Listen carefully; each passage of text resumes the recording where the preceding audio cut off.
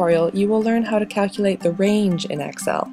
The range is the difference between the highest and the lowest of differences in a series of numbers. We will therefore need the series that we want to perform the range function on. Let's create it. Launch Excel and start a new file from File, New. Fill several rows with the values you want to calculate the range for. At the bottom of the column, type the following formula: equals max bracket AXX colon AYY, close brackets, where AXX and AYY are the starting and the ending cells of your data, respectively.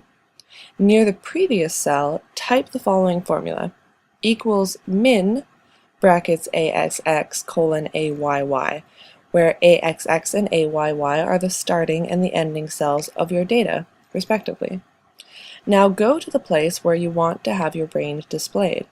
Enter the formula equals x minus y, where x and y are the first and the second cells calculated.